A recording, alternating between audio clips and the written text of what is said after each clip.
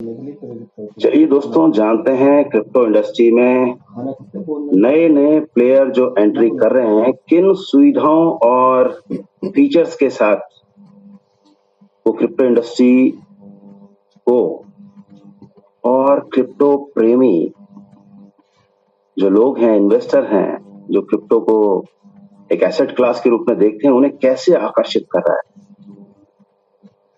नई नई खूबियों के साथ अलग अलग प्लेयर देखिए खेल को किस तरीके से खेल रहे हैं। जानते हैं टोकनपिक्स ने क्रिप्टो शिक्षा को प्रोत्साहित करने के लिए पुरस्कार प्रणाली शुरू की। ऐसे बहुत सारे प्लेयर अब मार्केट में उतरने वाले हैं दोस्तों। जानते हैं टोकनपिक्स के बारे में। यूके एक खबर है दोस्तों, यूके लंदन से 18 मार्च 2025 को एक आर्टिकल प्रकाशित हुआ जिसमें टोकनपिक्स के बारे में जानकारी लोगों को मिली कि टोकनपिक्स प्रमुख क्रिप्टो शिक्षा और अनुसंधान मंच। टोकनपिक्स क्या है? क्रिप्टो शिक्षा देने के लिए एक अनुसंधान मंच है उन उपयोगकर्ताओं के लिए जो यहाँ सीखने के लिए या क्रिप्टो इंडस्ट्री में इन्वेस्टमेंट करने या इसे समझने के लिए ही आ रहे हैं। तो एक मंच इन्होंने डिजाइन किया है दोस्तों। खेल के माध्यम से आप यहाँ खेलें और डेली इनाम में एक कैंडी रिवॉर्ड में लीजिए। अब ये कैंडी जो आपको मिलने वाली है, टोकनपिक्स के उन उपयोगकर्ताओं को हर 24 घंटे में केवल एक बार उस ऐप को खोलना है और अपनी कैंडी का दावा करना है। अब यहाँ पर जो लोग एग्रेसिवली पार्टिसिपेट करेंगे या ज्यादा कैंडी अर्जित करेंगे, इनके विभिन्न प्रोग्राम और भी प्रोग्राम हैं इस ऐप के अंदर। उन प्रोग्रामों के थ्रू जो व्यक्ति ज्यादा कैंडीज को इकट्ठी करेगा, लीडर बोर्ड पर एक रैंकिंग आएगी दोस्तों। वहां दिखाया जाएगा कि उच्चतम रैंकिंग पाने वाले उन उपयोगकर्ताओं को हर महीने पुरस्कार में बिटकॉइन दिया जाएगा। अब आप सोच के देखिए, ये एक अनूठी पहल है। हर महीने यह पहल क्रिप्टो करेंसी शिक्षा के लिए एक गेम फाई, जिस पर हम पहले भी चर्चा कर चुके हैं, क्योंकि सबसे बड़ी इंडस्ट्री जो अब होने वाली है गेमिंग इंडस्ट्री होने वाली है दोस्तों। और इस गेमिंग इंडस्ट्री को बड़े बड़ी कंपनियां, बड़े बड़े डेवलपर्स, प्लेटफॉर्म्स भिन्न भिन्न प्रकार से यूज कर रहे हैं। और उनका उद्देश्य क्या है? खेल खेल में लोगों को सिखाना और सीखते सीखते ही किस तरीके से वो क्रिप्टो इंडस्ट्री से जुड़ जाएंगे उन्हें पता भी नहीं पड़ेगा। टोकनपिक्स के सीईओ कहते हैं कि हमारा मानना है शिक्षा को प्रोत्साहित किया जाना चाहिए। कौन सी शिक्षा? क्रिप्टो इंडस्ट्री और ब्लॉकचेन की शिक्षा। हमारा लक्ष्य है क्रिप्टो लर्निंग को सभी के लिए आकर्षक बनाना है, इंटरैक्टिव बनाना है। जाहिर सी बात है, इंटरैक्टिव कब होता है? जब आप खेल के माध्यम से या किसी टास्क के माध्यम से उनसे जुड़ते हैं। और कह रहे हैं कि फायदेमंद बनाना। फायदेमंद बिल्कुल हो रहा है। जो लोग खेल रहे हैं, खेल खेल के रिवॉर्ड ले रहे हैं, तो जाहिर सी बात है वो इस इंडस्ट्री को सीख रहे हैं दोस्तों। चलिए आगे चलते हैं। पॉपुलर एक्ट्स, ये नए नए प्लेयर्स हैं दोस्तों जो इस इंडस्ट्री में अपनी भूमिका अब आपके और हमारे बीच में रख रहे हैं कि हम क्या करते हैं। हमें भी देखिए, हम बहुत जल्द पॉपुलर होने वाले हैं इस इंडस्ट्री। पॉपुलर एड्स ने टेलीग्राम मिनी एप्स में एड्स देना शुरू किया है। एड्स किस प्रकार के? आपकी क्रिप्टो को लेकर, आपकी ब्लॉकचेन टेक्नोलॉजी को लेकर, आपके इनोवेटिव प्रोडक्ट को लेकर, आपके डीफाई के विज्ञापनों को लेकर, आपके टोकन और कॉइन की लॉन्चिंग को लेकर आप ऐड कर सकते हैं पॉपुलर एड्स पर। और इन्होंने कौन सी कम्युनिटी को, किस प्लेटफॉर्म को चुना? टेलीग्राम। टेलीग्राम बहुत बड़ी कम्युनिटी के साथ दोस्तों सभी के लिए एक आकर्षण का केंद्र। 900 मिलियंस इनके उपयोगकर्ता हैं और 300 मिलियन इनके करीब करीब सक्रिय उपयोगकर्ता हैं। दोस्तों चलिए जानते हैं ये क्या सुविधा प्रोवाइड करा रहा है।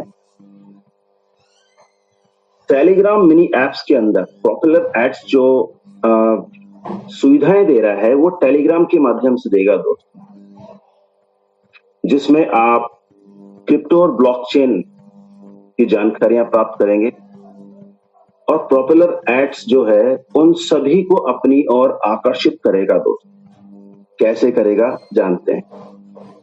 विज्ञापन समाधानों में एक वैश्विक नेता है पॉपुलर एड्स। इसने एक अभूतपूर्व मतलब पहला ये इनोवेटिव इन्होंने प्रोडक्ट डिजाइन किया है एड्स का, इससे पूर्व किसी ने नहीं किया।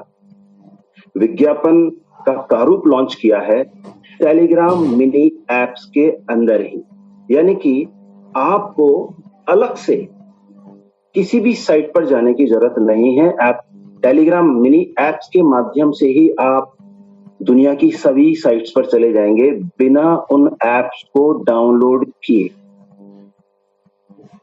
हम टेलीग्राम मिनी एप्स के बारे में पहले चर्चा कर चुके हैं दोस्तों।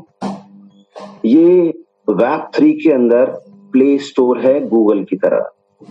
वेब 2 में हम जैसे गूगल प्ले स्टोर यूज करते हैं, वैसे ही टेलीग्राम मिनी एप्स जो है वेब 3 के अंदर सॉरी दोस्तों, टेलीग्राम मिनी एप्स के अंदर क्या है, प्ले स्टोर है दोस्तों। और ये बहुत जल्द देखिएगा आप वेब 3 के अंदर बहुत बड़ी कम्युनिटी को अपनी ओर आकर्षित तो करेगा ही, बहुत बड़ा प्लेयर भी निकल कर आएगा, क्योंकि सभी का टारगेट रहता है कि वो अपने एड्स, अपनी लॉन्चिंग सब टेलीग्राम पे ही करें। टेलीग्राम का जो इकोसिस्टम बड़ी तेजी से बढ़ रहा है। आपने देखा होगा टेलीग्राम टैप टू अर्न, सबसे पहले हैमस्टर ये लेके आया था और टैपिंग की दुनिया में इन्होंने स्वागत किया, और उसके बाद टैपिंग से जुड़े तमाम गेम सीक्वेंस में आए। हमारा गेम भी उसमें शामिल है। सबकी अलग अलग खूबियां थी। अब ये क्या कर रहे हैं, विज्ञापन दाताओं को क्रिप्टो उन्मुख दर्शकों तक जोड़ने के लिए एक प्लेटफॉर्म प्रदान कर रहे हैं। पॉपुलर एड्स क्या करेगा, जो विज्ञापन देने वाले हैं वो चाहते हैं कि उन दर्शकों को आकर्षित किया जाए जो क्रिप्टो इंडस्ट्री को जानना चाहते हैं, यहां से कुछ कमाना चाहते हैं। तो सबसे बढ़िया प्लेटफॉर्म है टेलीग्राम, क्योंकि यहां पहले ही लोगों ने अनुभव किया है हैमस्टर के थ्रू या बैटलबुल के थ्रू। आप देखिए कैटिजन और तमाम न जाने कितने गेम खेलने के बाद उन्होंने जो रिवॉर्ड लिए हैं, जो एयर ड्रॉप लिए हैं, उनके माध्यम से उन्होंने ये जाना कि ये इंडस्ट्री खेल खेल में पैसा भी बना के देगी और धीरे धीरे जेन्युइन प्रोजेक्ट की तरफ ये प्लेटफॉर्म उन्हें लेकर जाएंगे। चलिए आगे चलते हैं दोस्तों। टेलीग्राम मिनी ऐप मैसेंजर के भीतर ही होस्ट किए गए हल्के एप्लीकेशन है। मिनी एप्स जो हैं टेलीग्राम मैसेंजर के भीतर ही होस्ट किए गए हल्के एप्लीकेशंस हैं, जो उपयोग करने वाले, जो उपयोगकर्ता हैं, अपने ऐप को छोड़े बिना ही, चाहे वो क्रिप्टो वॉलेट हो, चाहे डीफाई प्लेटफॉर्म हो, तमाम जगह अलग अलग डाउनलोड करने की जरूरत नहीं है। एक ही जगह से आप चाहे डीफाई पे जाना चाह रहे हैं वहां चले जाएंगे, आप किसी क्रिप्टो वॉलेट पे जाना चाह रहे हैं वहां चले जाएंगे, मतलब एक ही ऐप के थ्रू। पॉपुलर एड्स का नया विज्ञापन समाधान ब्रांडों को मिनी ऐप में मूल रूप से एकीकृत विज्ञापन प्रारूपों के माध्यम से इस अत्यधिक व्यस्त दर्शकों तक पहुंचने की अनुमति देता है। अब आप सोच के देखिए, इस व्यस्ततम दुनिया के अंदर जहां सभी अपने अपने प्रोजेक्ट के साथ मशरूफ हैं, तो ये पॉपुलर एड्स क्या करेगा, अपने विज्ञापनों के थ्रू उन सभी दर्शकों तक पहुंच प्रदान करेगा। किनको, एड्स देने वाली एजेंसीज और कंपनीज। पॉपुलर एड्स का एकीकरण किसके साथ में, टेलीग्राम मिनी एप्स के साथ। जो क्रिप्टो और ब्लॉकचेन स्पेस में विज्ञापन देने वालों को एक नया अवसर दे रहा है, क्योंकि यहाँ बहुत बड़ा ट्रैफिक है दोस्तों, और विश्व के करीब करीब सभी दर्शक यहाँ पर हैं। उन तक पहुंच प्रदान करेगा विज्ञापन दाताओं। और आप देखिए, जिसमें यूरोप, भारत, अफ्रीका के कुछ हिस्से जैसे प्रमुख क्षेत्र शामिल है, जहां मजबूत क्रिप्टो अपनाने वाले क्षेत्रों की श्रेणी में इन्हें शामिल किया गया। अभी ये क्षेत्र अछूते हैं दोस्तों, ये बहुत बड़ा मार्केट है। ब्लॉकचेन से संबंधित ब्रांड समर्थित एजेंसियों, ये बहुत बड़ी खबर है दोस्तों। ये 2 लाइन जब आप समझेंगे, प्रॉपुलर एड्स क्या कर रहा है, न्यूनतम केवल $100 आप जमा करें और सभी आकार के एड्स आप यहां पर दे सकते हैं। कितनी अच्छी बात है, केवल $100 की राशि से ही आप यहां पर अपने प्रोजेक्ट को, अपनी ब्लॉकचेन को, अपने टोकन, अपने कॉइन को यहां पर उन दर्शकों के बीच में भी पहुंचा सकते हैं एड के माध्यम से। फीस केवल $100। Agency popular ads. चलिए आगे जानते हैं दोस्तों। अब आप सोच के देखिए, कितनी सारे इनोवेटिव प्रोडक्ट हमारे बीच में है, कितनी बड़ी बड़ी कंपनियां, चाहे वो DeFi प्लेटफॉर्म लॉन्च कर रही हो, चाहे डिसेंट्रलाइज्ड एक्सचेंज लॉन्च कर रहे हो, और तमाम चीजें। एक माध्यम मिल गया जिसके माध्यम से विज्ञापन दाता उन सभी विश्व के अंदर जितने भी दर्शक हैं, उन सब तक पहुंच बहुत छोटी फीस के साथ अपनी पहुंच को पहुंचा सकेंगे। चलिए जानते हैं, ये बहुत इंपॉर्टेंट न्यूज है दोस्तों। सॉरी, KIP किप का पहला सुपीरियर एजेंट ट्रेडिंग टूर्नामेंट संपन्न हुआ। इस टूर्नामेंट के अंदर पार्टिसिपेट किया था AI ने। चलिए टूर्नामेंट को जान लेते हैं और AI ने इसमें क्या किया जान लेते हैं दोस्तों। सिंगापुर से एक खबर है 18 मार्च 2025 की। दुनिया के पहले जहां पर आप देखिए मानवीय हस्तक्षेप ना के बराबर था, AI ने पार्टिसिपेट किया एक प्रतियोगिता में, जिसके अंदर आप देखेंगे ये प्रतियोगिता चली लाइव ट्रेडिंग की। लाइव ट्रेडिंग करनी है उन AI को जो ट्रेडिंग में अपने आप को समझते हैं कि भाई हमारे से बेहतरीन कोई नहीं है। तो कुछ AI ने यहां पार्टिसिपेशंस की इस कंपटीशन में। और जानते हैं दोस्तों, ये कंपटीशन चला अगले 48 घंटे लाइव। $500 बराबर बैलेंस सभी AI को दिया गया और ट्रेडिंग के लिए छोड़ दिया गया। अब इन्होंने अपने विवेक से ये ट्रेडिंग की। पहला स्थान प्राप्त किया है 0.03 मिनी पर चलने वाले सेफर। इसने 34% की वृद्धि की $500 पर, यानी कि 17.4 एक दिन का इसने मार्जिन निकाला। जेमिनी का 2.0 फ्लैश लाइट पिंडर जो इनका है, उसने 6.2 की बढ़त के साथ $531 बनाए। 500 के 531। क्लाउड 3.7 इसका डेक्सेस है दोस्तों, उसने 6% की वृद्धि के साथ $530 बनाए। 500 के 530 बनाए दोस्तों। और डीप सिक का वैरिटी ने 495 यानी 1% की मामूली गिरावट। अब आप सोच के देखिए, कई प्लेयर्स आपके सामने हैं। मतलब यहां देखिए आप 17% की ग्रोथ के साथ ये ट्रेडिंग कर रहे हैं, कुछ 6% के साथ भी कर रहे हैं, यानी कि 3% का मार्जिन टेल। सबसे लोअर कैटेगरी में अगर मैं जाऊं तो 3% का डेली मार्जिन दो। ऑलमोस्ट 30 से 35 दिन में फंड डबल हो गया। इस तरह के ये ट्रेडिंग करने वाले AI हैं दोस्तों हमारे बीच। अभी तो ये सीख रहे हैं, मैं बता दूं आपको आपकी जानकारी के लिए दोस्तों, ये पहला अनुभव था जो दुनिया के सामने आया।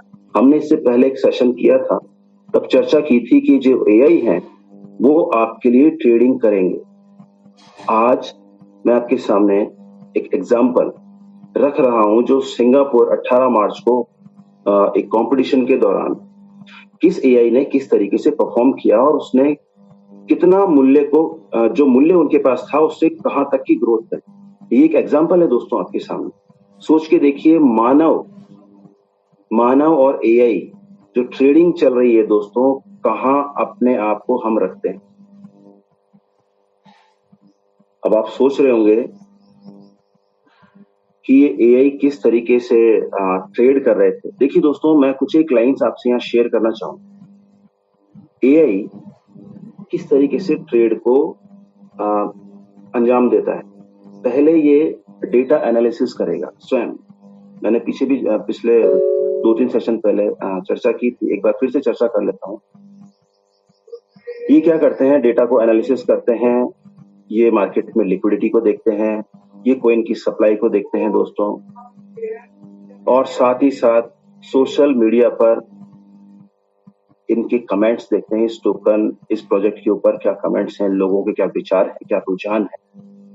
इन तमाम चीजों को एनालिसिस करने के बाद ये एक आंकड़ा निकालते हैं कि आगे इस प्रोजेक्ट पर जो सिक्का है उसकी ग्रोथ संभव है कि नहीं, ये क्यों बढ़ेगा। तमाम चीजों को एनालिसिस करने के बाद ये दांव खेलते हैं दोस्तों। तो आप सोच के देखिए, आप और हम तो एक ही प्रोजेक्ट पर इतनी तेज समझ नहीं रख पाते हैं जितना ये 48 घंटों में ट्रेडिंग करके इन्होंने निकाली। और ये बहुत फास्ट करते हैं क्योंकि सारा डेटा ऑन चेन है दोस्तों, ब्लॉकचेन के ऊपर, और ये बड़ी तेजी से उन्हें एनालिसिस कर लेते हैं। चलिए आगे चलते हैं दोस्तों।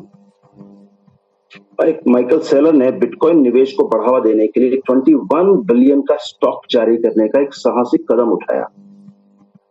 ये पहले ही बहुत बड़ा बिटकॉइन को होल्ड कर चुके हैं, बहुत बड़े हिस्से को होल्ड कर चुके हैं दोस्तों। चलिए जानते हैं आगे ये और क्या करने वाले हैं। एक नया रिस्क ले रहे हैं माइकल सेलर, माइक्रो स्ट्रैटेजी के सीईओ, जिन्हें अब हम स्ट्रैटेजी कहेंगे केवल। उन्होंने अपनी कंपनी के शेयर, कंपनी के स्टॉक्स जारी करने का एक प्रस्ताव रख के लेके आ रहे हैं कि जिसमें ये 21 बिलियन डॉलर जुटाएंगे। अब जुटाने का जो फैसला इन्होंने लिया है, ये हालांकि थोड़ा हार्ड टास्क है दोस्तों, और इस पैसे को ये बिटकॉइन जैसी क्रिप्टो करेंसी में निवेश करने के लिए इस्तेमाल करेंगे। सॉरी दोस्तों, सोच के देखिए, 21 बिलियन, 1 बिलियन बराबर 100 करोड़ अपनी कंपनी के स्टॉक्स जारी कर रहे हैं। चलिए साधारण शब्दों में समझते हैं। उन्होंने अपनी कंपनी के 21 बिलियन के नए शेयर बेचने का फैसला किया। वह इन शेयरों को बेचकर जो पैसा इकट्ठा करेंगे उसका उपयोग बिटकॉइन खरीदने के लिए करेंगे। अब इसका मतलब क्या है, ये एक कॉर्पोरेट रणनीति है दोस्तों, जिसमें क्या कर रहे हैं, स्टॉक्स जारी कर रहे हैं और परिवर्तनीय नोट्स, यानी जिन्हें हम कन्वर्टेबल नोट्स कहते हैं, इनके माध्यम से एक आक्रामक रणनीति अपना रहे हैं और बीटीसी को खरीद रहे हैं मार्केट से। कन्वर्टेबल नोट्स के बारे में आपको बता दूं, ये स्टॉक्स और कन्वर्टेबल नोट्स दोनों इनकी जो रणनीति है, दोनों इस रणनीति पर चलने वाले हैं। कैसे?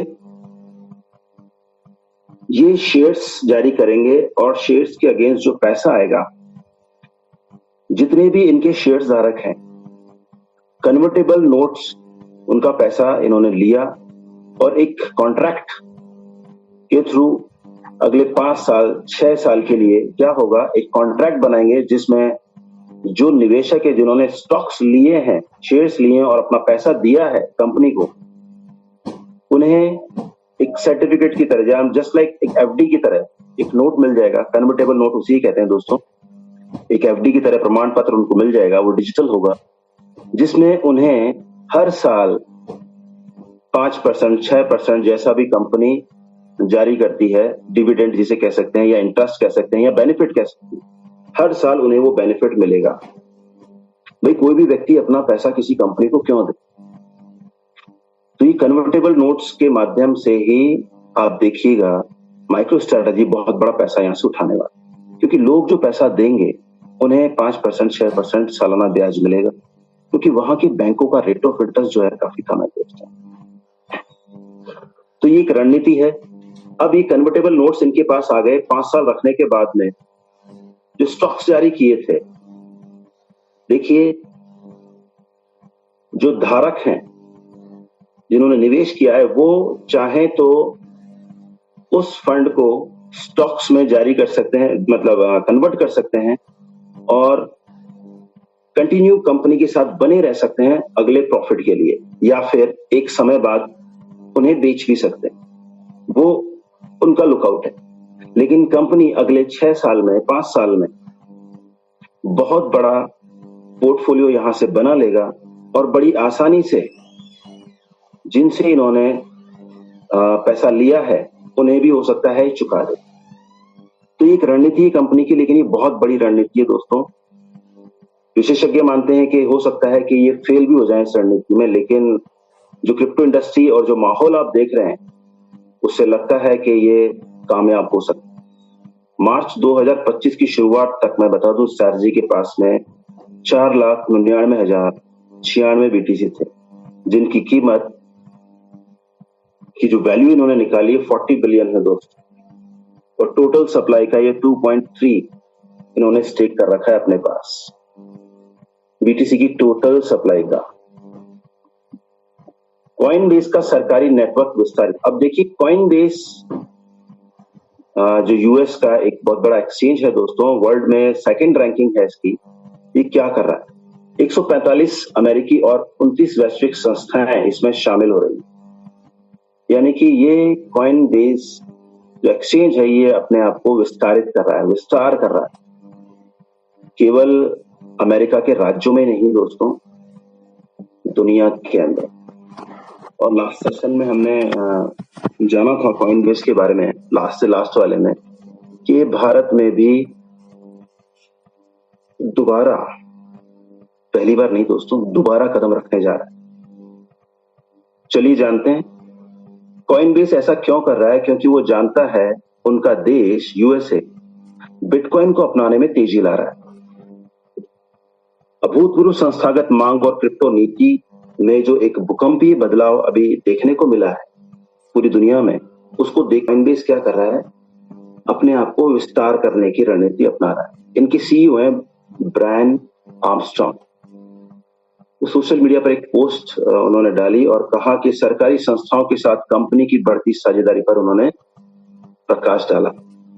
क्रिप्टो अपनाने में वैश्विक संस्थानों का समर्थन करने के लिए कंपनी के मिशन पर जोर देते हुए आर्मस्ट्रॉन्ग ने कहा कि हम सभी को क्रिप्टो की कस्टडी, व्यापार और उपयोग में मदद करना चाहते हैं। ध्यान दीजिएगा दोस्तों इन 2 लाइनों पर। कॉइनबेस के सीईओ क्या कह रहे हैं? हम सभी को क्रिप्टो की कस्टडी, व्यापार और उपयोग में मदद करना चाहते हैं और इसमें दुनिया भर की सरकारें भी शामिल हैं। आइए सभी को ऑन चेन पर लेके आए, मतलब सभी को इस इंडस्ट्री से रूबरू कराएं। दुनिया भर की सरकारें क्रिप्टो इकोनॉमी में अपनी भागीदारी बढ़ा रही, ये सभी जानते हैं। चाहे इसका मतलब बिटकॉइन को मूल्य के भंडार के रूप में अपनाना हो या ब्लॉकचेन टेक्नोलॉजी का लाभ उठाना हो। सार्वजनिक क्षेत्र की संस्थाएं तेजी से क्रिप्टो में प्रमुख खिलाड़ी बन रही। फर्म ने क्रिप्टो में एक प्रमुख संस्थागत भागीदारी के रूप में अपनी भूमिका पर जोर दिया, यह देखते हुए कि यह बाजार पूंजीकरण का 12% सुरक्षित करता है। सोच के देखिए, क्रिप्टो इंडस्ट्री का 12% मार्केट कॉइनबेस ने एक्वायर कर लिया है दोस्तों। और अब जो उनकी रणनीति है वो बहुत जल्द नंबर 1 पर आने वाले हैं। चलिए रंबल के बारे में जान लेते हैं। 17 मिलियन के साथ एक रणनीति इन्होंने अपनाई दोस्तों, जिसमें 188 BTC as a reserve asset class के रूप में इन्होंने एकत्रित कर लिए। चलिए रंबल के बारे में जान लेते हैं क्या है ये। एक वीडियो शेयरिंग प्लेटफॉर्म है दोस्तों, वीडियो शेयरिंग। रंबल एक वीडियो शेयरिंग और क्लाउड सेवा कंपनी है जो ऑनलाइन वीडियो प्लेटफॉर्म प्रदान करती है। यह कंपनी वीडियो साझा करने, लाइव स्ट्रीमिंग और सामग्री निर्माताओं के लिए मुद्रीकरण, बिल्कुल यूट्यूब की तरह तो। लेकिन यहां हम वेब3 पर हैं दोस्त। आप यहां वीडियो बना सकते हैं, साझा कर सकते हैं, और यूट्यूब की तरह आपके जो सब्सक्राइबर हैं आपको जो रिवॉर्ड देते हैं, जितने ज्यादा व्यूज, जितने ज्यादा सब्सक्राइबर, उतना ही बड़ा आपका रेवेन्यू यहां भी उपलब्ध है दोस्तों रंबल के साथ। रंबल उपयोगकर्ताओं को वीडियो अपलोड करने, साझा करने, देखने की अनुमति देता है। यह प्लेटफॉर्म लाइव स्ट्रीमिंग कार्य क्षमता भी प्रदान करता है, जिसमें उपयोगकर्ता वास्तविक समय में दर्शकों के साथ जुड़ सकते हैं, बिल्कुल यूट्यूब की तरह। रंबल सामग्री निर्माताओं को जो कंटेंट को डिजाइन करते हैं, बनाते हैं, जो वीडियो बना रहे हैं, उनको मुद्रीकृत यानी कि पैसा कमाने का अवसर भी ये देता है, चाहे वो वीडियो अपलोड करके बनाए या विज्ञापन देता है। सभी के लिए ये प्लेटफॉर्म खुला है। रंबल क्लाउड इंफ्रास्ट्रक्चर सेवाएं भी देता है। तो रंबल को अक्सर एक स्वतंत्र और तटस्थ मंच के रूप में जाना जाता है, जो विभिन्न दृष्टिकोणों और विचारों के लिए एक स्थान प्रदान करता है। दोस्तों यूट्यूब और यहाँ वेब 2 और वेब 3 में छोटा सा अंतर मैं आपको बता दूं। यूट्यूब पर आप जो वीडियो अपलोड करते हैं, जो रेवेन्यू कमाते हैं, वो 60-40 हो सकता है। 40% यूट्यूब ले रहा हो और 60% आपको मिल रहा हो। वेब 3 के अंदर क्या होता है दोस्तों, यहाँ पर रेशियो 90-10 के आसपास है, 95-5 भी हो सकता है। यानी कि मैक्सिमम जो हिस्सा है, बड़ा हिस्सा जो है, वो उपयोगकर्ता जो बना रहा है, जो कंटेंट डिजाइन कर रहा है, उसको जाता है दोस्त वेब 3 के अंदर। लेकिन एक ड्रॉबैक भी है दोस्त। वेब 3 के ऊपर जब आप कोई चीज डाल रहे हैं, तो आप मान के चलें, पहले से ही सुनिश्चित कर लें कि वो बिल्कुल सही है, क्योंकि वहां एक बार अपलोड होने के बाद डिलीट के ऑप्शन नहीं है दोस्तों, वो हमेशा वहां रहेगा। क्योंकि ब्लॉकचेन टेक्नोलॉजी पर आप समझते हैं कि एक बार जो चीज आ गई, अब उसके साथ काट-छांट नहीं होगी। तो संभल कर इन प्लेटफॉर्म को यूज करिएगा दोस्तों। चलिए इनकी रणनीति देख लेते हैं। ये समझना जरूरी है दोस्तों कि रंबल क्या करता है, बैकग्राउंड में क्या इनका सिनेरियो है, ये किस प्रकार की कंपनी है और ये कहां-कहां लिस्ट है, ये जानना बहुत जरूरी है। रंबल ने अपनी ट्रेजरी रणनीति में बिटकॉइन का अधिग्रहण किया, बिल्कुल ठीक है। रंबल नैस्डैक स्टॉक एक्सचेंज में सूचीबद्ध भी है। तो देखिए दोस्तों, जो कंपनियां स्टॉक एक्सचेंज में लिस्टेड है, ये मान के चलें कि कहीं ना कहीं वो एक वैल्यूएबल कंपनी है दोस्तों।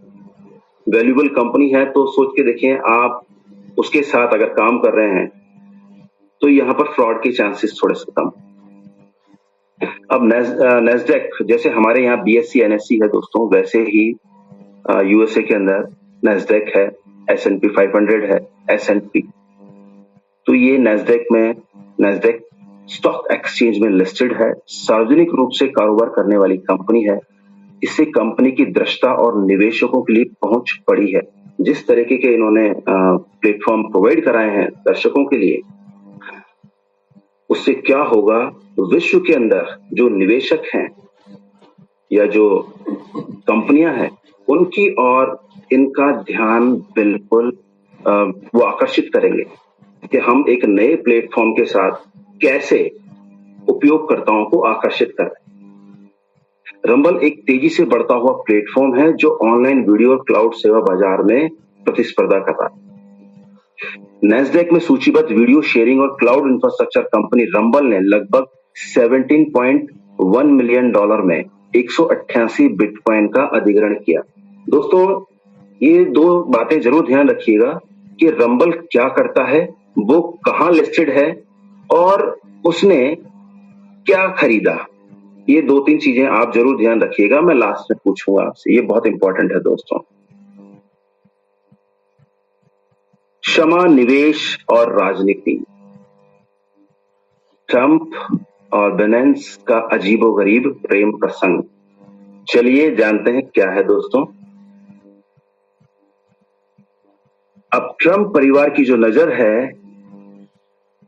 Binance.us, Binance जो यूएस के अंदर अपनी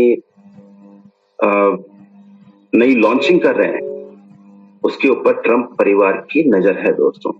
अब ये देखिए ट्रम्प परिवार Binance से क्या चाहते हैं। राष्ट्रपति डोनाल्ड ट्रंप के परिवार के सदस्य दुनिया के सबसे बड़े क्रिप्टो करेंसी एक्सचेंज के साथ वार्तालाप कर रहे हैं और वो चाहते हैं कि Binance.us जो एक्सचेंज यूएसए के अंदर आएगा, उसके साथ वित्तीय हिस्सेदारी हासिल करने पर ये चर्चा कर रहे हैं। यानी कि एक्सचेंज के अंदर वो प्रॉफिट की पार्टनरशिप कर रहे हैं। यह कदम ऐसे समय उठाया गया जब Binance 2023 में महत्वपूर्ण विनियामक और कानूनी असफलताओं के बाद अमेरिकी बाजार में अपनी स्थिति को फिर से बनाने का प्रयास कर रहा है। जानेंगे 2023 की घटना को भी दोस्तों। देखिए इस खबर को कौन बता रहा है, वॉल स्ट्रीट जर्नल। जानते हैं कौन है, पहले जान लेते हैं खबर। वॉल स्ट्रीट जर्नल के हवाले से एक खबर आई है कि ट्रंप परिवार की संभावित हिस्सेदारी की प्रकृति अभी भी अनिश्चित है। अभी ये तय नहीं कर पा रहे हैं कि हम किस प्रकार से इस एक्सचेंज के साथ अपनी हिस्सेदारी को शेयर करें। हो सकता है ये वर्ल्ड लिबर्टी फाइनेंशियल जो इनका डीफाई प्लेटफॉर्म है दोस्तों, मैं बता दूं ट्रंप साहब के जो सुपुत्र हैं mister Eric, World Liberty Financial उन्हीं की देन है। ये डीफाई प्रोडक्ट है दोस्तों, इनका डीफाई लॉन्चिंग है जो इन्होंने सितंबर 2024 में लॉन्च किया था। अब हो सकता है ये एक्सचेंज के साथ अपना डीफाई प्लेटफॉर्म का गठजोड़ कर लें या कोई और भी तरीका हो सकता है। अब वॉल स्ट्रीट जर्नल के बारे में आपको बता दूं, यह एक अमेरिकी व्यावसायिक और वित्तीय समाचार पत्र है दोस्तों, जो न्यूयॉर्क शहर में प्रकाशित होता है और यह दुनिया की सबसे सम्मानित वित्तीय समाचार पत्रों में से एक है। तो सोच के देखिए इस खबर को कौन प्रकाशित कर रहा है। मतलब खबर की क्रेडिबिलिटी का अंदाजा आप खबर देने वाले से लगा सकते हैं। चलिए 2023 में क्या हुआ जान लेते हैं। यह वार्ता, मतलब ये जो बात आप और हम देख रहे हैं, ये कहां से शुरू हुई। Binance के जो संस्थापक है चांगपेंग जाओ CZ, जिसे हम कहते हैं एंटी मनी लॉन्ड्रिंग, मामला उलझ गया दोस्तों एंटी मनी लॉन्ड्रिंग को लेकर। 2023 में उन्हें दोषी ठहराया गया और आप मान के चलें 4.3 बिलियन का समझौता हुआ, 4 महीने की जेल हुई CZ को और उन्हें एक्सचेंज के प्रमुख पद से भी हटना पड़ा। आप देखें Binance की उस समय 2023 में जो बाजार की हिस्सेदारी थी, बाजार पर जो उन्होंने कब्जा कर रखा था, वो 27% था अमेरिकी बाजार। और जब 2023 में ये घटना हुई तो इनका बाजार 27% से गिरकर केवल 1% रह गया। अमेरिकी अधिकारियों द्वारा यह आरोप लगाया गया कि इस प्लेटफॉर्म ने हमास और इस्लामिक स्टेट जैसे प्रतिबंधित समूहों से जुड़े लेन देन की सुविधा प्रदान की। उन्होंने क्या किया, लेन देन की सुविधा प्रदान की जिन्हें यूएस प्रतिबंधित करता है कि भाई यहां इनसे कोई लेन देन नहीं करेगा किसी भी प्रकार। अब उपयोगकर्ताओं को अनुपालन प्रोटोकॉल से बचने के लिए प्रोत्साहित किया, किसने, Binance ने। इन्होंने प्रोटोकॉल को ताक में रखा और सभी के साथ लेन देन एज इट इज जारी रखे और उसका खामियाजा Binance को भोगना पड़ा और वहां से फिर Binance को बाइंड अप करना पड़ा अपने मार्केट। और आगे की कहानी आप जानते हैं दोस्त। अब यहां पर ये 4 लाइनें जरूर ध्यान दीजिएगा आप। SEC, जैसे हमारे यहाँ सेबी है वैसे यूएस के अंदर SEC है। हाल ही में Binance के खिलाफ जो मामले चल रहे थे उन्हें रोक दिए गए। ट्रॉन के संस्थापक जस्टिन सन के खिलाफ भी एक मुकदमा चल रहा था, उसे भी रोक दिया गया। जस्टिन सन ने तो क्या किया, वर्ल्ड लिबर्टी जो फाइनेंशियल डीफाई प्लेटफॉर्म है वहां पर 30 मिलियन का निवेश कर दिया गया दोस्तों, इसलिए हो सकता है उनको रियायत दी गई। अब इससे क्या संभावनाएं आप देख रहे हैं कि यहाँ निवेश के लिए समाधान रणनीति के बारे में अटकलें लगाई जा रही है। भैया आपने निवेश किया इसलिए आपको माफ किया जाता है। बैलेंस के साथ तो साझेदारी हो रही है दोस्तों। उसे माफी किस प्रकार से मिलेगी? जब हिस्सेदारी ट्रंप फैमिली को या ट्रंप साहब को बैलेंस के अंदर वित्तीय हिस्सेदारी मिल जाएगी। तो ऐसी तमाम अटकलें मार्केट में चल रही है। खबरों को जानते रहें और हमारे साथ बने रहें दोस्तों। आर्बिट्रम बड़ी ही अच्छा एक नई तरह की खबर है दोस्तों। जानते हैं आर्बिट्रम आधारित ब्लॉकचेन यह पता लगा रहा है कि क्रिप्टो मनोरंजन उद्योग के लिए क्या कर सकता है। और ये कौन पता लगा रहा है? आर्बिट्रम आधारित ब्लॉकचेन। आर्बिट्रम आधारित ब्लॉकचेन यह पता लगा रही है कि क्रिप्टो मनोरंजन उद्योग के लिए क्या कर सकता है। चलिए जानते हैं दोस्तों। यहाँ बहुत सारी जानकारी आपको मिलने वाली है इस खबर में, ध्यान से सुनिएगा। आर्बिट्रम एक ब्लॉकचेन आर्बिट्रम आधारित ब्लॉकचेन जो है इथेरियम ब्लॉकचेन बना एक लेयर 2 स्केलिंग समाधान है। यानी आर्बिट्रम जो है इथेरियम की ब्लॉकचेन पर लेयर 2 कहेंगे हम इसे। ये भी एक ब्लॉकचेन है जो इथेरियम की ब्लॉकचेन पर अपनी सेवाएं दे रहा है। इसका मतलब है कि इथेरियम की मुख्य श्रृंखला पर बनाया गया, यानी इथेरियम तो बेस जो है वो इथेरियम है, उसके ऊपर आर्बिट्रम ब्लॉकचेन चल रही है। अब इससे हो क्या रहा है? गति और मापनीयता, जो ट्रांजैक्शन की स्पीड है वो थोड़ी सी बढ़ जाती है और उसमें थोड़ा सा सुधार हो जाता है समय का। जो टीपीएस है, जो मान लीजिए काफी सारे लेन देन जब इथेरियम ब्लॉकचेन पर हो रहे हैं तो उसकी स्पीड कम हो जाती है दोस्तों, और जो ट्रांजैक्शन कॉस्ट लग रही है वो बढ़ जाती है। ये दो चीजें जरूर ध्यान दीजिएगा। जब भी आपको महसूस हो ऐसा कि भाई ट्रांजैक्शन कॉस्ट बढ़ रही है, तो मान लीजिए आप ट्रैफिक बढ़ रहा है। ये आप देखिएगा अगली 2 लाइनों में आपको ये क्लियर होगा दोस्तों। आर्बिट्रम ऑप्टिमिस्टिक रोलअप एक टेक्नोलॉजी का उपयोग करता है। यह टेक्नोलॉजी इथेरियम की मुख्य श्रृंखला के बाहर लेन देन को संसाधित करती है और फिर उन्हें एक ही लेन देन में समूहित करती हुई इथेरियम पर वापस भेज देती है। चलिए इस बात को यूं समझिए कि स्टेट ट्रांसपोर्ट रोडवेज, जैसे हमारे राजस्थान में रोडवेज कहते हैं दोस्तों, ट्रांसपोर्ट बस का जो ट्रांसपोर्ट है जिसे हम आम जनता यूज करती है, मान के चलिए पब्लिक ज्यादा है और बसेस कम है, तो वो लाइसेंस दे देते हैं प्राइवेट बसेस को भी। अब उससे क्या होगा? एक ही समय में बहुत सारा समूह एक जगह से दूसरी जगह चला जाता है और बाद में कितना कमाया, कितना टिकट इनका सेल हुआ, वो सभी ट्रांजैक्शन रिकॉर्ड किन्हें प्रोवाइड कराया जाता है? राजस्थान गवर्नमेंट को, रोडवेज गवर्नमेंट को। मतलब एक ही बार में काफी सारी ट्रांजैक्शंस को हैंडल करने के लिए आर्बिट्रम कौन से तकनीक का उपयोग कर रहे हैं? Optimistic rollup. ये बहुत जरूरी है दोस्तों समझना। इससे क्या होता है? इथेरियम की मुख्य श्रृंखला पर दबाव कम हो जाता है, लेन देन की गति तेज हो जाती है और लागत कम हो जाती है। आर्बिट्रम इथेरियम की तुलना में बहुत तेजी से लेन देन को संसाधित कर पाता है, इथेरियम की तुलना में बहुत कम खर्चीला होता है और इथेरियम को अधिक लेन देन को संभालने में मदद करता है। आर्बिट्रम का उपयोग विभिन्न प्रकार के अनुप्रयोगों के लिए किया जा रहा है, जिसमें डीफाई प्लेटफॉर्म भी है, गेमिंग भी है और एनएफटी, जिसे हम नॉन फंजिबल टोकन कहते हैं दोस्तों। अब लेयर 2 ब्लॉकचेन को समझने के लिए हम यह समझना होगा कि लेयर 1 ब्लॉकचेन क्या है। छोटा सा एग्जांपल है दोस्तों। लेयर 1 ब्लॉकचेन एक आधारभूत ब्लॉकचेन है, यानी कि बेस है, जैसे कि बिटकॉइन या इथेरियम। लेकिन लेयर 1 ब्लॉकचेन एक सीमा है, वह है स्केलेबिलिटी। जब बहुत सारे लोग एक ही समय में लेन देन करते हैं तो नेटवर्क धीमा हो जाता है और लेन देन की लागत बढ़ जाती है। अब लेयर 2 ब्लॉकचेन क्या करेगा? लेयर 2 ब्लॉकचेन लेयर 1 पे ही बनाया गया है।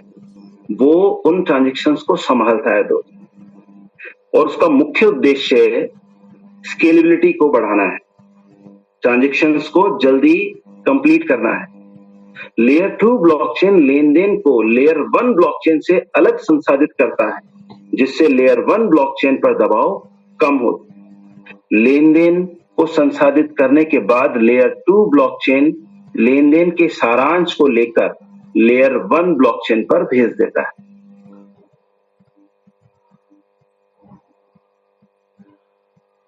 इसे ध्यान से समझिएगा दोस्तों। और आर्बिट्रम क्या करने वाला है? आर्बिट्रम आधारित ब्लॉकचेन जो है क्रिप्टो मनोरंजन उद्योग में क्रांति ला सकता है। आर्बिट्रम एक प्रकार का ब्लॉकचेन ही है जो इथेरियम ब्लॉकचेन पर बनाया गया है। अब यहाँ कुछ तरीके मैं आपको बता रहा हूं जहां आर्बिट्रम मनोरंजन उद्योग को बदल सकता है। खासतौर से मनोरंजन उद्योग की बात हो रही है दोस्तों, तो आर्बिट्रम का यहाँ नाम आ रहा है। देखिए, गेमिंग उद्योग के अंदर आर्बिट्रम क्या कर रहा है? गेम डेवलपर्स को अधिक इंटरैक्टिव गेम बनाने में मदद कर सकता है। यह खिलाड़ियों को गेम के अंदर संपत्तियों को खरीदने और बेचने और व्यापार करने की अनुमति देगा, खासतौर से NFT प्लेटफॉर्म Web3 के अंदर। यह डेवलपर्स को नए राजस्व मॉडल बनाने में मदद करेगा। यह है वह गेमिंग के अंदर। संगीत, आर्बिट्रम संगीतकारों को अपने संगीत को सीधे प्रशंसकों को बेचने और रॉयल्टी एकत्रित करने में मदद कर सकता है। अब यहाँ क्या होगा? संगीतकारों को बिचौलियों को हटाने और उनके संगीत पर अधिक नियंत्रण रखने की अनुमति देगा। वीडियो, आर्बिट्रम वीडियो निर्माताओं को अपने वीडियो को सीधे दर्शकों को बेचने और विज्ञापन से राजस्व एकत्रित करने में मदद करेगा। अब यहाँ वीडियो निर्माताओं को बिचौलियों को हटाने और उनकी वीडियो पर अधिक नियंत्रण रखने की अनुमति देगा। टिकटिंग, आर्बिट्रम टिकट विक्रेताओं को नकली टिकटों को रोकने और टिकट धोखाधड़ी को कम करने में मदद कर सकता है। यह टिकट खरीदारों को टिकटों को सुरक्षित रूप से खरीदने और बेचने की अनुमति देगा। अब आप सोच के देखिए कि आर्बिट्रम मनोरंजन उद्योग को बदलने की क्षमता रखता है। यह अधिक कुशल, पारदर्शी और न्याय संगत मनोरंजन का एक इकोसिस्टम है दोस्तों, या इकोसिस्टम बना रहा है। ये लास्ट न्यूज है दोस्तों, 4 स्लाइड के साथ हम इसे खत्म करेंगे, ये इंपॉर्टेंट है। प्लेटन वेब 3.0 का वीजा बनने के लिए अपने आप को अग्रसहित कर रहा है, यानी कि उस मार्ग पर चल रहा है। वीजा, मास्टरकार्ड आप सभी जानते हैं किस तरह की सुविधाएं देते हैं दोस्तों, जानते हैं खबर को। कई सालों से प्लेटन ब्लॉकचेन आधारित भुगतान नवाचार के मामले में सबसे आगे, यानी कि ये एक प्लेयर और है जो भुगतान के मामले में काफी लंबे समय से प्रयास कर रहा है और इस तरह का ये प्लेटफॉर्म और सुविधाएं ग्राहकों को देने जा रहा है। प्लेटन अपने ग्रेड समाधानों से बैंकों, कॉर्पोरेट, जो बड़े बड़े कॉर्पोरेट हैं उन्हें, या वाणिज्यिक संगठन जिन्हें आप वाणिज्यिक संगठन कहते हैं, या भुगतान के संस्थान जैसे गूगल पे, फोन पे, ये संस्थान बड़े बड़े संस्थान है भुगतान के, पेटीएम वगैरह, इनको सुविधाएं प्रोवाइड करा रहा है दोस्तों Web3 के अंदर। अब इससे क्या होगा? पारंपरिक वित्त, जो पारंपरिक फाइनेंस है, डिजिटल अर्थव्यवस्था के बीच एक महत्वपूर्ण पुल के रूप में स्थापित होगा, इनके थ्रू, प्लेटन जैसे प्लेटफॉर्म के थ्रू दोस्तों। ये क्या कर रहे हैं? पारंपरिक फाइनेंस को, पारंपरिक लेन देन को डिजिटल अर्थव्यवस्था से जोड़ रहे हैं दोस्तों, एक पुल का काम कर रहे हैं। चलिए वेब 2.0 और 3.0 के भुगतान और उसके विकास के तरीके को जानते हैं। प्लेटन की भूमिका को समझने के लिए हम समझते हैं, क्योंकि प्लेटन है वेब 3 के अंदर दोस्तों, इससे पहले वेब 2 को जान लेते हैं। पेपाल, सभी नाम जानते हैं, एक सेंट्रलाइज्ड प्लेटफॉर्म है दोस्तों वेब 2.0 में। दुनिया भर में लेन देन को बड़े ही सहज और सुलभ तरीके से अपने उपयोगकर्ताओं तक पहुंचाता है और डिजिटल भुगतान में इसने क्रांति ला दी है दोस्तों। हालांकि ये सिस्टम बिचौलियों पर निर्भर करता है। पेपल एक अमेरिकी कंपनी है जो दुनिया भर में ऑनलाइन भुगतान प्रणाली का संचालन करती है। यह दुनिया की सबसे बड़ी इंटरनेट भुगतान कंपनियों में से एक है। इन्हें भी कहीं ना कहीं अब भय है कि वेब3 के अंदर हमें भी किसी ना किसी का हाथ पकड़ना पड़ेगा दोस्तों। हालांकि पेपल पहले ही इस मैदान में कूद पड़ा है। दोस्तों आप सोच रहे होंगे इसमें नई बात क्या है? पेपल क्या गूगल पे भी करता है, फोन पे भी करता है, इन सुविधाओं को प्रोवाइड कराता है।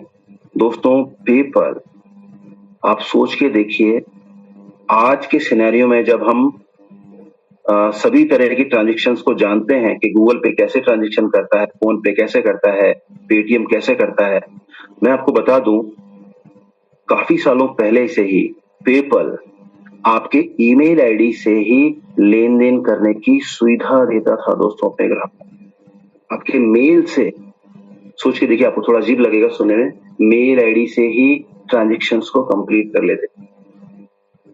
दोस्तों सोच के देखिए टेक्नोलॉजी कहां जा रही है, और ये बहुत पुराना प्लेयर है दोस्तों। चलिए आगे चलते हैं, दूसरी ओर देखते हैं। ये हमने पेपल की बात करी 2.0 वेब 2 में, अब वेब 3 की तरफ बात करते हैं। वेब 3 का जो उद्देश्य है डिसेंट्रलाइज है दोस्तों, सभी जानते हैं, जहां उपयोगकर्ता पारंपरिक वित्तीय मध्यस्थों पर निर्भर हुए बिना पर्सन टू पर्सन लेन देन कर लेते।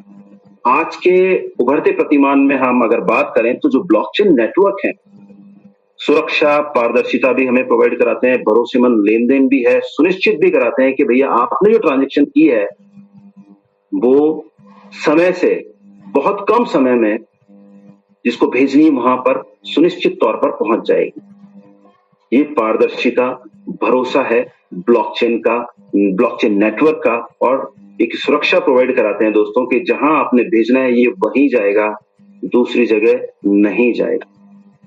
यहां पर प्लेटिन की भूमिका आती है दोस्तों। अब यहां पर क्या हो रहा है, जब ब्लॉकचेन की बात हो रही है, पारदर्शिता की बात हो रही है, भरोसेमंद लेन देन की बात हो रही है, तो यहां प्लेटिन की भूमिका आती है। पारंपरिक भुगतान नेटवर्क के साथ प्रतिस्पर्धा करने और यहां तक कि उनसे आगे निकलने के लिए डिजाइन किया गया प्लेटफॉर्म है एक ब्लॉकचेन संचालित प्लेटफॉर्म, जिसे हम कहेंगे ओपन लूप वैश्विक भुगतान अवसंरचना। ओपन लूप यानी प्लेटन एक ओपन लूप वैश्विक भुगतान के ऊपर काम कर रहा है, जहां किसी मीडिएटरी की जरूरत नहीं है, जैसे हमने पेपॉल के अंदर देखा।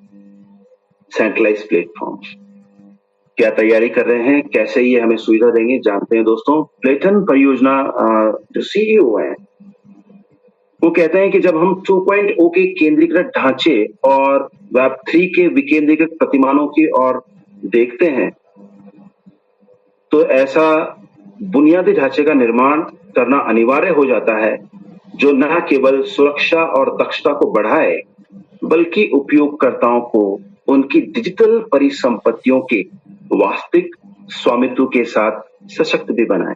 कहने का मतलब है कि चाहते हैं कि वेब 2 में आप जानते हैं लेन देन किस तरीके से है, लेकिन वेब 3 के अंदर जब आप सुरक्षा की बात कर रहे हैं, आप दक्षता की बात कर रहे हैं, और आप अपने एसेट की सुरक्षा की बात कर रहे हैं, तो प्लेटन इन सभी मामलों में खरा उतरता है दोस्तों। प्लेटन का लक्ष्य है वीजा का पर्याय बनना। वीजा मास्टरकार्ड दोस्तों, इनके 100 मिलियन तक के यूजर हैं दोस्तों, सोच के देखिए 100 मिलियन यूजर, और 100 मिलियन यूजर्स को आप दुनिया की सभी कंट्रीज में ट्रांजैक्शंस की जो सुविधाएं दे रहे हैं, वेब 3 के अंदर ये इनका पर्याय बनने जा रहा है, क्योंकि वीजा मास्टरकार्ड पहले ही वेब 2 के अंदर पूरी दुनिया को कवर कर चुके हैं दोस्तों। मैक्सिमम इनकी सुविधाएं, सेवाएं सभी दुनिया के हर कोने में। तो प्लेटन का लक्ष्य है वीजा मास्टरकार्ड की तरह पूरी दुनिया को ये सुविधा प्रोवाइड कराना। अब इसका मतलब है कि एक ओपन लूप वैश्विक भुगतान नेटवर्क का निर्माण करना। ये क्या करने जा रहे हैं, एक ओपन लूप वैश्विक भुगतान नेटवर्क का निर्माण कर रहे हैं, जहां बिचौलियों की निर्भरता नहीं होगी दोस्तों। प्लेटफॉर्म पे जितने भी लेन देन होंगे वो बिना किसी रोक टोक के निष्पादित होंगे। वीजा और क्रेडिट कार्ड जो जारी करता जैसे अन्य पारंपरिक प्रदाताओं के संदर्भ में उन्होंने बात कही कि एक ओपन लूप सिस्टम उपयोगकर्ताओं को किसी भी व्यापारी को भुगतान करने की अनुमति दे। ये क्या बना रहे हैं? एक ओपन लूप सिस्टम बना रहे हैं जो दुनिया के किसी भी उपयोगकर्ता व्यापारी को भुगतान करने में बिना किसी बैरिकेटिंग के तुरंत आप ट्रांजैक्शंस कर पाएंगे। और यहां कोई मीडिएटरी नहीं होगी दोस्तों, कोई मीडिएटर नहीं होगा। चलिए मैं आपको बता दूं ये किस तरीके से करने वाले हैं।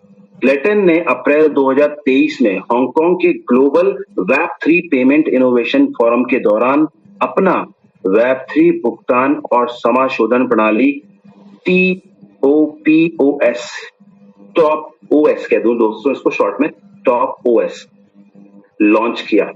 कब किया लॉन्च? अप्रैल 2023 में। कौन सी प्रणाली लॉन्च की दोस्तों? इन्होंने भुगतान की एक प्रणाली लॉन्च की जिसे कहा इन्होंने टॉप ओएस, यानी कि tokenise open payment operating system. क्या कहा? Tokenise open payment operating system इन्होंने लॉन्च किया। और आप जानते हैं ये tokenise open payment system operating system जो है ये धन के माध्यम से, आपका जो धन है उसके माध्यम से वित्तीय संस्थानों को वास्तविक दुनिया की संपत्ति से कैसे जोड़ेगा और एक वैश्विक भुगतान समाशोधन नेटवर्क स्थापित करेगा। देखिए समाशोधन मैं आपको बता दूं, किसी लेन देन के लिए प्रतिबद्धता व्यक्त करने से लेकर निपटान तक की, मतलब आपका भुगतान का जो तरीका है, मतलब आपने जो ट्रांजैक्शन करनी है आपकी तरफ से मैं रेस्पॉन्सिबल हूं पेमेंट कराने के लिए, और जब तक आपको जिसे पेमेंट भेजना है वो पेमेंट प्राप्त नहीं कर लेता है तब तक की संपूर्ण जिम्मेदारी कंपनी की, प्लेटन की। इसी के साथ ये इस मार्केट में उतरे हैं और उन्होंने अप्रैल 2023 में इन्होंने अपने टॉप ओएस को लॉन्च किया दोस्तों। ये बिल्कुल वीजा और मास्टर कार्ड के समान ही कार्य करता है। प्रत्यक्ष भुगतान सेवा प्रदाता के रूप में नहीं, बिल्कुल डायरेक्टली जैसे ये वीजा और मास्टर कार्ड करते हैं, मीडिएटरी किसी न किसी को रखते हैं, बल्कि एक नेटवर्क के मानक के रूप में ये कुशल ब्लॉकचेन आधारित लेन देन की सुविधा देगा दोस्तों। यहाँ पर कौन सी सुविधा मिलने वाली है? ब्लॉकचेन की सुरक्षा के साथ, पारदर्शिता के साथ वेब 3 के प्लेटन आपका स्वागत करता है। जानेंगे पीछे जो खबर थी, हो सकता है कुछ समझ आई हो कुछ नहीं आई हो, उसको और थोड़ा सा सरल कर लेते हैं दोस्तों। यह प्रक्रिया किस तरीके से होगी इसको समझना बहुत जरूरी है। वास्तविक दुनिया की संपत्ति जो होगी, अगर आपने ये समझ लिया तो बहुत बड़ी चीज समझ में आने वाली दोस्तों। अगले 2 स्लाइड, यह प्रक्रिया किस तरीके से, किन चरणों से होकर गुजरती है, किस तरीके से ये टॉप ओएस का इस्तेमाल करेंगे। सबसे पहले क्या करेंगे? वास्तविक दुनिया की संपत्ति जैसे रियल एस्टेट हो, सोना हो या अन्य वस्तुएं को क्या करेंगे? ब्लॉकचेन पर डिजिटल टोकन में परिवर्तित कर देंगे। अब मैं यहाँ पर 2-4 चीजें और जोड़ देता हूँ दोस्तों। आपके टोकन कॉइन भी आ गए, आपके मूल्यवान जितने भी टोकन्स, आपके जो रियल एसेट आप रखते हैं सभी टोकन्स आ गए, चाहे बीटीसी हो, इथेरियम हो, अल्टीमा हो, तमाम स्टेबल कॉइन हो, सभी यहाँ रख लीजिए आप। रियल एस्टेट, सोना, अन्य वस्तुएं और तमाम तरह के टोकन्स, इवन आपकी सीबीडीसी भी रख लीजिए। अब देखिए यहाँ पर ये किस तरीके से ये कर रहे हैं। हालांकि जो लिखे हैं इन पर ये सुविधाएं दे रहे हैं और दुनिया की गवर्नमेंट जैसे जैसे सीबीडीसी को अपनी साइड से लॉन्च करेगी तो ये उसके साथ ऐड हो जाएंगे दोस्तों। लेकिन उन्हें भी मैंने यहाँ एक समझाने का प्रयास किया, समझने के लिए उन सभी को भी यहाँ आमंत्रित कर लिया है एक ही साथ इसी प्लेटफॉर्म पर, ताकि समझने में आसानी हो। अब ये क्या करेंगे? ये टोकन उन संपत्तियों के डिजिटल प्रतिनिधित्व होते हैं। अब जितने भी एसेट्स हैं, रियल वर्ल्ड एसेट हैं, उन्हें आपने क्या किया? टोकनाइज कर दिया। टोकनाइज करने का मतलब है अब वो टोकन उस एसेट का प्रतिनिधित्व कर रहा है और प्रत्येक टोकन संपत्ति के एक विशिष्ट हिस्से का प्रतिनिधित्व कर रहा है। मान लीजिए आपने मकान की रजिस्ट्री कराई या 1 किलो गोल्ड का एक टोकन कर लिया, एक टोकन में कन्वर्ट कर लिया। दोस्तों ये जरूरी नहीं है, आप उस टोकन के कई टुकड़े कर सकते हैं और उसका एक हिस्सा बेच सकते हैं और ये तमाम एसेट क्लास पर लागू होगा। अब आप सोच के देखिए, वित्तीय संस्थानों का जुड़ाव। भैया आपने टोकनाइज कर दिया सब चीजों को। अब वित्तीय जो संस्थान है, मान लीजिए बैंक है, जो रेगुलेटरीज है, मान लीजिए सेबी है या एसईसी है यूएसए का, या तमाम माइका जो यूरोप का बड़ा एंटिटी है, इन सभी के मैंने नाम इसलिए लिए ताकि आप समझ पाए कि इन वित्तीय संस्थानों से, या हमारा आरबीआई बैंक समझ लीजिए आप, तो ये वित्तीय संस्थान है, ये क्या करेंगे, जैसे कि बैंक और अन्य वित्तीय सेवा प्रदाता इन टोकन युक्त संपत्तियों को अपने सिस्टम में क्या करेंगे, एकीकृत। अब ये ब्लॉकचेन का यूज करेंगे और अपने सिस्टम में इनको क्या करेंगे, एकीकृत कर लेंगे। अब इससे उन्हें ब्लॉकचेन तकनीक का उपयोग करके वास्तविक दुनिया की संपत्ति के साथ लेन देन करने की क्षमता मिल जाएगी। क्या होगा, ब्लॉकचेन टेक्नोलॉजी का उपयोग करेंगे और वास्तविक दुनिया की संपत्तियों के साथ ये बड़ी आसानी से लेन देन कर पाएंगे। अब वैश्विक भुगतान समाशोधन नेटवर्क, इसको समझिए दोस्तों क्या कह रहा है। जब वित्तीय संस्थान टोकन युक्त संपत्तियों के साथ लेन देन करते हैं तो ये लेन देन ब्लॉकचेन पर दर्ज किए जाते हैं। ब्लॉकचेन की पारदर्शिता और अपरिवर्तनीय, जिसे बदला नहीं जा सकता, इस प्रकृति के कारण ये लेन देन सुरक्षित और विश्वसनीय हो जाएंगे। इससे एक वैश्विक भुगतान समाशोधन नेटवर्क बनता है जहां वित्तीय संस्थान वास्तविक दुनिया की संपत्तियों के साथ तेजी से और कुशलता से लेन देन कर सकते हैं। तो आपने देखा कि ये रियल वर्ल्ड एसेट को किस तरीके से टोकनाइज कर रहे हैं, वित्तीय संस्थान किस तरीके से पार्टिसिपेट करने वाले हैं ब्लॉकचेन टेक्नोलॉजी को लेकर के, और किस तरीके से ये ट्रांजैक्शंस कंप्लीट होगी दोस्तों। 9:00